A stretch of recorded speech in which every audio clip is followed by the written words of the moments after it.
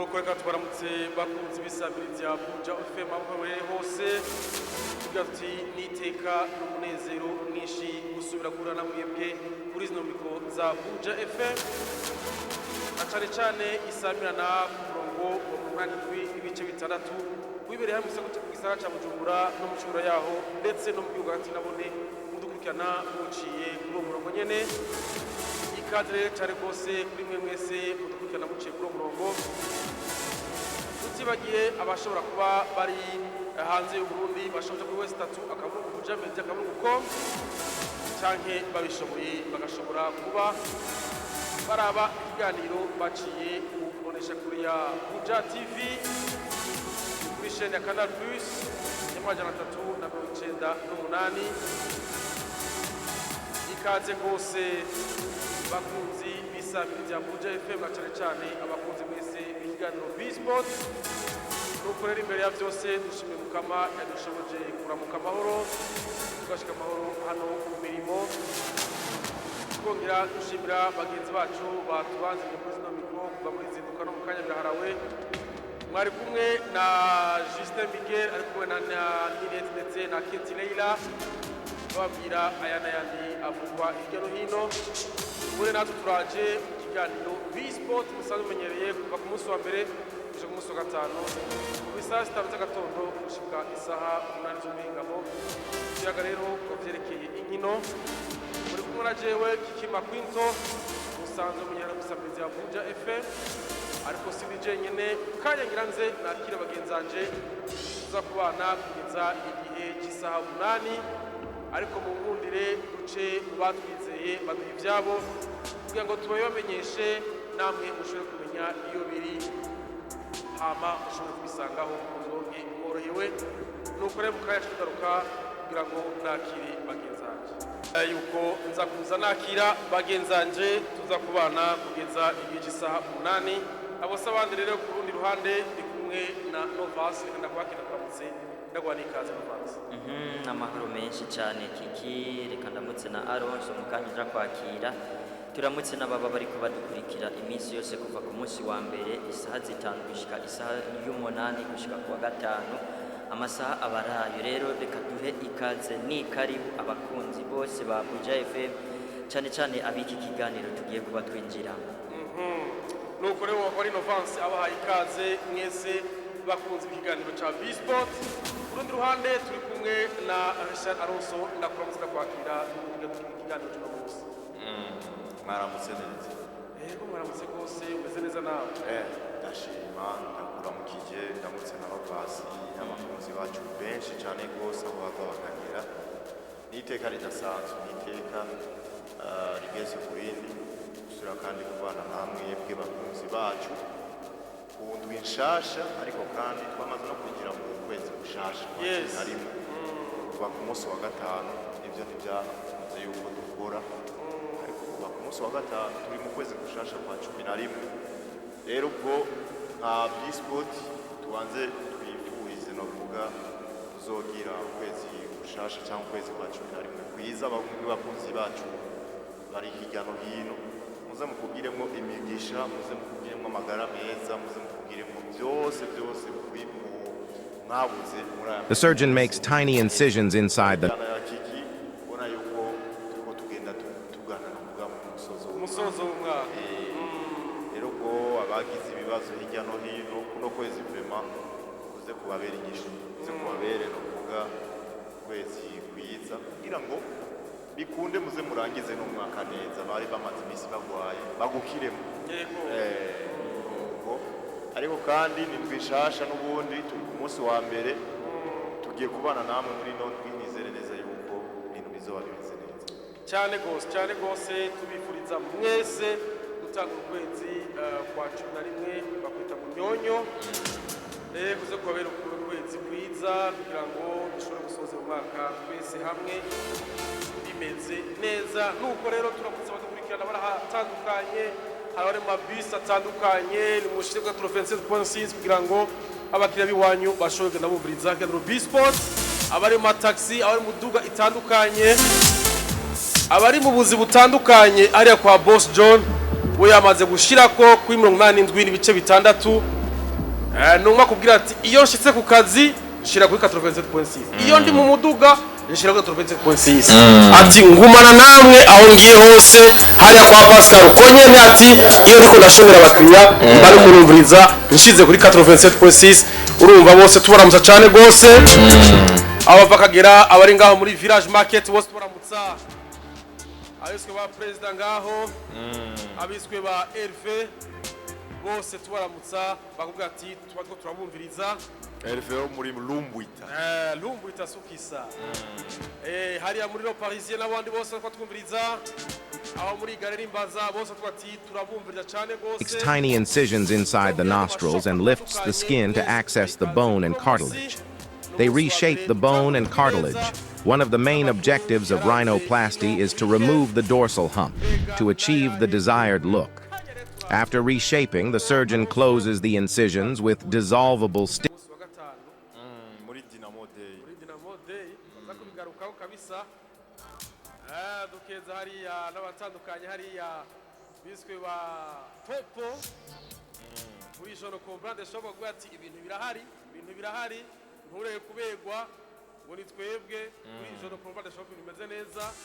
hariya Floribert turamutsa ati bimeze neza cyane gose Floribert nabo bari bafise concert ku munsi wejo ambwira ati washoye kuhagira sinza amahane nzotange nangana nuko urumva n'abatandukanye bose hariya uwiswe Adrien ndamwero akera cyane gose Tama Adrien hariya uwiswe Canada n'abandi ku munsi wejo nasimbiye kuramutsa Mutama Gerard hariya kuri Star Hotel ibintu byari bimeze neza kabisa niho narabiye match ya Chelsea na Manchester yego nako Chelsea na Manchester United niho nayirabiye kabisa hariya ati barabaramutsa cyane gose kandi barabakumbuye nuko reka tudatevye twinjira neza na neza ku makuru twatorokanije kuri uno munsi turahera hano iwacu nkuko bisanzwe ni kuva ku munsi wa gatanu aho ihiganwa rya hano iwacu ryarabandanije aho bageze ku ndwi yabo igera ku 8 inkino zitandukanye aronso zarabaye aho ubona yuko imigwi imwe iritwara neza iyindi bikanka ubona yuko gushika no munsi kabisa mugwa musonga tubana vyitwa neza ariko ndabibutse ngene vyagenze umugwi wa Academy Deira waranyere twabivuze kuri LRB amasipiri 2-1 hama hawo hari ku munsi wa gatatu ndetse Rukinzo na message ngo zone bakinyi baciye bayiyunguriza ku yindi sango kuri Stade Runani ku munsi wa gatatu Flambeau du Centre irahira gitoro kimwe ku buso mugwa Mamuru ndetse Aigle Noir bananye zitwara neza atsinze kuri kimwe mugwa Ngozi City ku munsi wa kane Royal Vision 2026 birahira Olympic Star kimwe ku busa Vitalo babwira ya Kayanza United ati zokoma turi Vitalo ni mutwemere mutwubahe bakosora Kayanza United ibitsindo 5 ku busa Musa Shugiraza ebwira Burundi Sport Dynamic ati nubwo mwahagaritse musonga ati twegwe ntibikunda banganya ubusa ku bundi Interstar nayo iravuga ati we musonga ati twarabonye yuko Burundi Sport Dynamic yaguhagaritse ariko musonga tiravuga ati wanguha twebwe ntawe mwoduhagarika muri Interstar musonga ati itsinda ibitsindo 2-1 cha Interstar Alonso ni imigwi tubona yuko imwe tubona iriko iritwara neza iduga neza ari nk'umugwi wa Aigle Noir tubona yuko gushika uno munsi umugwi wa Aigle Noir ubandanye vyitwaramo neza kuva ku munsi wa gatatu wari mu kibaya cambe ariko musonga tiraza ku munsi wa gatanu irabwira ati mvira mu kibaya ciwanje ariko ibintu Vitaro nayo iravuga ati twari tumaze iminsi nyuma tuvuye muri za nkino nyafrika byari meze nabi atariko ubu turiko turagaruka ku nguvu zisanzwe kuri journée y'umunani Alonso nubwo inkino zari zitandukanye babake ku gatatu abandi kwa kane abandi ku gatanu nikiye kintu ushobora gukuramo muri izi nkino zabaye mbo kuri zino match zabaye ni ibintu vuga bigiye bitandukanye twabonye watanga uvuga Aigle Noir tunayikeza cyane rwose ni equipe novuga ugiye kuraba iriko iriyubaka iriko ifatiye novuga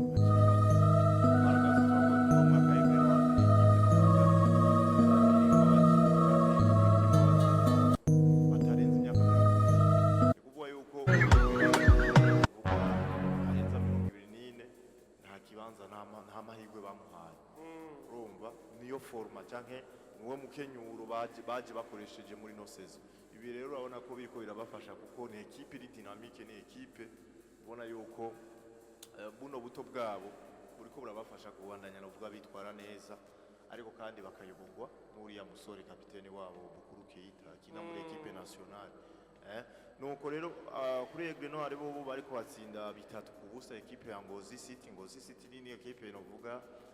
utava gutora amanota gutyo nyene, ni equipe itaratsindirwa muhira, iyo yasohotse birashika igatsinda, ariko novuga iri muhira ari Ngozi ntiratsindirwa muhira. Rero hari yanyi Makamba Aigle Noir babikoze neza, bayikura ko ayo manota agira kuri 3 hama bibashira kunovuga kuyobora ihiganwa byifata kibanza bagiye imbere novuga ya Musongati. Aha rero twoyikeza cyane gose no equipe ya Aigle Noir, ariko kandi ni equipe ya Musongati nawe nyene yaba abamenyereza bacyungurambe n'icegera cy'umumenyereza mukuru Omar Ntakagero, nabo bari kubatsinda equipe ya Interstar. Interstar nayo ni equipe nivyo ntirafatisha, ariko ni equipe nayo nyene bagerageza nimba ari amanota ashoboka bakayaronka, ariko kuri Musongati vyarangiye novuga ku wa gatanu bavuga ati kuba turi kuri kera kibanza si iby'igihamana, twarabiteguye twaragerageje novuga kubikorera, rero nta mpamvu canke ntidushobora kwemera novuga gutakaza ikibanza cacu. Rero babitsinze ibitsindo 2-1 essentiel n'amanota 3 hama bagaruka ku kibanza cabo. Rero tubona yuko kugeza ahanye ku bibanza vyiza vy'imbere haraze Musongati nizi za Aigle Noir, ariko Bumamuru nayo nyene ni equipe mu mwaka wahera bitayigendekeye neza, ariko no mwaka hari ico kumbure novuga bavuga ati twokosora ngiye kuraba resultat zabo, nabo nyene nivyo batsinzwe na Flambeau du Centre, ariko ni resultat nziza kuko no munsi nibwo batsinzwe bari ku kibanza ca gatatu. Ariko imbere y'ino journée banganya amanota na Musongati 15-15. Hama Flambeau du Centre bien sûr iri kwiragaruka novuga guharanira ibibanza vyayo vyiza. Ino ni equipe itigera iva muri Big 4 haraheze imyaka 5 nk'imyaka nk'itanu, ariko muri imyo myaka ibiri yoyo canke 3 itaba iya mbere ya kabiri. Rero ni equipe nayo nyene iri regiriye iri kuragerageza kuza. Kuri Vitaro yoyo barasigaje urukino rumwe rw'ikirarane, bakazorutsinda bazohamvya novuga ino migwi iri imbere. Uno munsi bari mu kibanza ca gatandatu, urumva yuko noko nabo nyene bariko baraza, ariko vy'ukuri hari yindi migwi novuga hari atakintu na kimwe novuga barakora izi za RB Amasipiri za Moso Sugar. Ugiye kuraba umusaruro wabo uracari muto. Kuri Rukinzo bafise match zigera kuri 4 z'ibirara, nivyo bafise amanota 4, ariko match 4 n'amanota 12. Mu gihe vyokunda nibwo bigoye, mu gihe vyokunda bakavyitwaramwo neza bakazitsinda zose bazohamvye no migwi iri imbere. Nivyo uno munsi n'aba 14 bari mu murongo utukura, ariko ku manota 4 yabo bafise bashize ko amanota 12 nimba bizobakundira bazokwisanga novuga bari mu banza vy'imbere. Rero kugeza kuri no munsi higanwa twovuga yuko riracari hafi na hafi, ariko nibwo rikiri hafi na hafi, attention journée y'umunani burya ubugeze hagati na hagati y'igice ca mbere cigana. Urumva hagati na hagati y'igice ca mbere cigana n'imiburiburi utaririmbura uvuga ati mbega ko ngeze hagati na hagati y'igice ca mbere ciganwa, objectif nazananye muri no higanwa ndiko ndazigera uza kwiretuva atacho cokora. Donc imisi yakujanye bitagikunda yuko ushika kuri za objectif zawe. Rero hano ndiko ndabona equipe ziko ziragira départ nziza zizofasha novuga mu misi iri imbere hari yanyine hatangura gukora ibiharuro, ariko hari n'izindi equipe ziriko zishira mu bibazo, ziriko zikisinziriye zikiryamye. Twibaza ati mbega bazohava bavyuka ryari, kuko nimba hariho novuga ukwikangura, nimba hari ico bokora ifo yuko bagikora kuri zino match zisigaye gushika ino phase are irangire. Rero mu gihe ukiryamye nk'izi equipe za RB za Amasipiri za Moso Sugar nizi za Deira yatanguye neza, ariko nayo yatanguye kwishira mu bibazo vy'ukuri. Ndabona yuko ahanye kizohava kiba ikibazo gikomeye cyane gose kuri no migwi atakirakora kandi imisi iri kuyagenda. nuko Novansi Alonso aravuze ati tugeze kuri journée y'umunani nuvuga ko kuba batasivye inkino n'imwe ariko abandi baracafise inkino z'ibirarane ariko turabona umugwi wa Academy Deira ingene watanguye nako Novansi turabona yuko muri kino gihe vyanse kabisa aho ubona yuko uyu mugwi uri gusa nk'uriko uraja ahantu habi uyu mugwi ntubona yuko ibibazo usanze mu cicaro ca mbere bishobora gusanga biwumereye nabi iyi phase are batanguye nka june nka zitatu zine arabambere ubu bageze ku kibanza ca 13 urabona ko ari ikibazo kabisa ni ikibazo kandi nibaza ko bishobora kubagora Alonso we niwe yarahejeje kuvuga ati ni kuri journée yo hagati na hagati jembo nakomenga no kuyirenga barayirenze ubu ni kuri journée y'umunani bientôt barakina journée y'icenda ejo kwa kabiri batangura gukina journée y'icenda rero equipe nka Academy Deira nukuraba mbega izi nkino yaje igatsinda ihego nibyo yarahereye kuri Royal Vision irabakura ko wanashaka novuga ibitsindo byinshi ibitsindo bitanu turabona ati ni equipe biboneka ko menga yaje yiteguye iraza no ku rukino rwa kabiri irabikora neza iri muri equipe yahagaritse Flambeau du Centre mu kuyikura ko yahagaritse na Vitaro bagira nire ariko no kucuraba uyu munsi equipe ya Masipiri ntiyari bwaronka inzinzi n'imwe noneho yaratsinzwe cyane na Musongati ikakiza kandi wagize novuga ugutangura neza ihiganwa ukaca unyerera imbere y'Amasipiri nibaza ko hari ingufu ziba zitanguye gutakara ejo bundi twari twavuze ko umumenyereza basa n'abamuhinduye ariko natangaye mbonye abakinyi bamwe muri bo babiri bose bakina mu mutima wa defense ku munsi wa gatatu tuvuye ngaha twahwanye nabo ngaha kandi match yari kiraba nibaza igituma batakinye biragoye rero uyu munsi muri Academy Deira ariko ntitwubishira kure kuko iyo umukinyi umaze kumubona mu gihe bagenzi biwe bari mu kibuga uca wibaza mbega ni ikibazo c'indero ni ikibazo c'amafaranga hari n'igihe utagira ayo mahirwe yo kubimenya byoroshe rero je ku bwanje ndabona ko ku ruhande rwa Deira nivyo hagati yabo na Rukinzo samanota menshi na manota 3 ariko no kumenya mbega Rukinzo ifise inkino zingahe jo birashoboka ugakorokera hariya mu murongo izi za Royal Vision 2026 zose urabona ko ziri mwayo manota basumbanye ibitsindo hari rero biraza kuba bigora iyi migwi cyane cyane ya Academy Deira ishusho yatanguranye urabona ko iri kirasubira inyuma ahubwo nukumenya neza mbega ikibazo bafise n'igiki biragoye uyu munsi burya ibi byose biba ku mibare ejo bundi niho twari kumwe na bamwe uyu mu president wa Tel Aviv turiko tuja kuraba match Buganda aravuga ati hariya hakora ibiharuro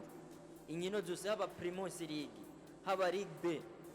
bikora ibiharuro hariho inkino bwirizwa gutsinda ukaba wisekirije rero kuri Academy Deira biracashoboka kuko nimba RRB Amasipiri ifise amanota 3 iratsinda inkino zibiri nawe mu gihe uzonyerera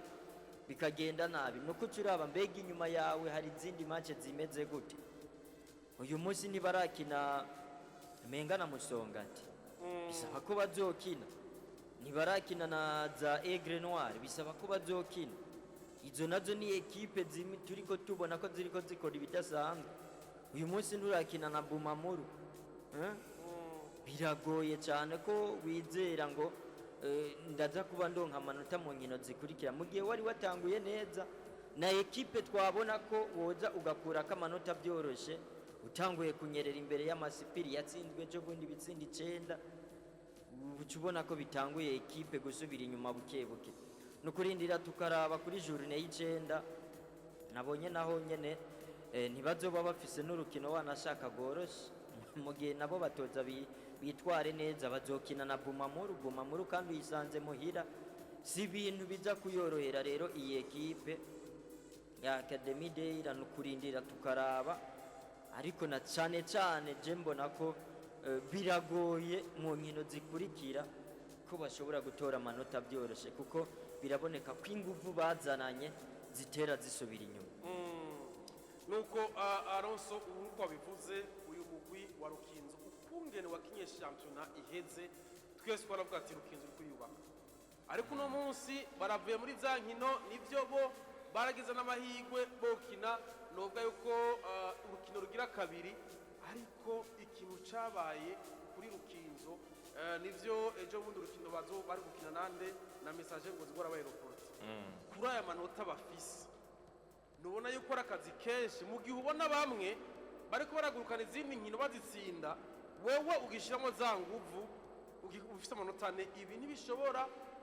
dufate par exemple nk'ibyabaye ko Bumamuru umwaka uheze tukaboneshiramo ingufu nyinshi bikanka, ibi tubona Rukinzo ahiri urabona ufise icyizere yuko le 12 points nimba buri shora kurangwa n'amanota 10. Rukinzo kuri ano manota ane bafise ni kuvuga mu nkino zine batsinzemwo rumwe banganya rimwe hama batsindwa kabiri. Izi si resultat nziza nko kuri equipe novuga mu mwaka uheze watwaye igikombe cyitiriwe umukuru w'igihugu hama baronka ayo mahirwe yo gusohoka kuri equipe novuga n'ubundi n'imiburiburi equipe mwene iyo buri mwaka itegereza kuza novuga igwanira ibibanza byiza kuko mu mwaka uheze nivyo yabaye ya kane, ariko genda urabe yamaze igihe kinini cyane rwose iri mu bafavori yo gutahukana kino gikombe gushika novuga kuri journée ya 28 gutyo 27 batsindwa na Musongati, hama Musongati kibaka kiya kibanza cya gatatu baciye birangira babaye abakane, ariko ni equipe novuga mu mwaka wahera yari mu meilleur buteur uyu mana ari Odeste, ariko no munsi nivyo mu nkino zine wabanje kwanza gukina zino nkino novuga nkoza makungu zini Afrika nivyo ituru ya mbere warayirenganye ya kabiri biranka, ariko Rukinzo vy'ukuri hari intege watanguye kugaragaza kuko muri match zine n'imiburiburi wagakwiye kuba ufise novuga victoire nka zitatu, ariko victoire imwe urumva rero ngaha anye nivyaye ninavuga match zine zibirarane nta garanti ufise zuko uzozitsinda zose urumva muri izo match zibirarane harimo izi za message ngozi harimo izi sinzi za Vitaro ari guhura kuri journée ya mbere urumva ni match zikomakomeye, rero akazi karahari kuri Miburo n'abasore biwe gusa igihari ni nkuko bashobora kuzitsinda zose, ariko igihari ni iki ni wewe kwerekana ingufu zawe. Hano turiko turabona imigwi imaze kuidentifia muno munsi niho mbwira yuko mu Rukinzo yoza guhagara yoza yifite ikize yuko yoza gukura amanota kwa Musongati nyino Musongati nyene tubona urumva biragoye cyane gose, canke izi za Aigle Noir canke izi za Bumamuru ni equipe zimaze cyane gose icapo cwabo uno mwaka ngene zizoba zimeze Aigle Noir, kuko wewe kuri journée y'umunani ukaba uri mu bibanza bine vya mbere attention cyane gose hari image kana kumaze kugaragaza hari kome no kuri ibyo bibanza cyangwa wewe uri kuri iyo depart nziza hari mu bibanza zindi ngufu zigusunikira no vuga kugira ku bindi image zindi objective cyangwa hari kurota kure cyane gose hashoboka, rero wewe biragoye cyane gose yuko hari equipe iri munsi cyane gose ngo kubwira ko muri inkino z'indara yuko hari bocho yipermeta yuko kure cyane gose hashoboka. Aha rero ngano vuga yuko rero wewe biragoye cyane gose n'amahirwe cyane n'amahirwe make cyane gose ngo kubwira ko sina calendrier nziza kuri Rukinzo kubona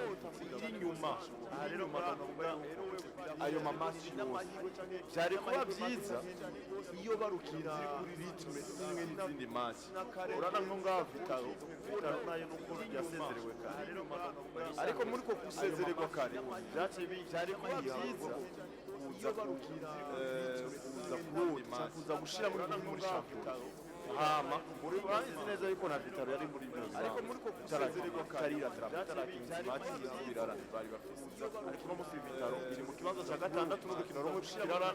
barutsinze bisanga mu yanza kandi bitatu bazokina Roma barutsinze bisangano vuga muri ivyo bibanza biri imbere cyawumva rero Vitaro je gukina na Rukinzo urukino rw'ikirara aho Vitaro irutsinze icyo yisanga mu bibanza vya mbere ariko Rukinzo yoyo izo bikiragerageza no vuga ko gukina na bibanza iza n'imiburiburi kuri Vitaro rero ndiko ndabona bino bintu Rukinzo ariko match nyinshi Rukinzo ifise zibirara ni avantage nizigirira avantage ahubwo zizoyituma ikoresha ingufu zidasanzwe kumbure itokoresheje mu gihe yoba iri kuri ritme imwe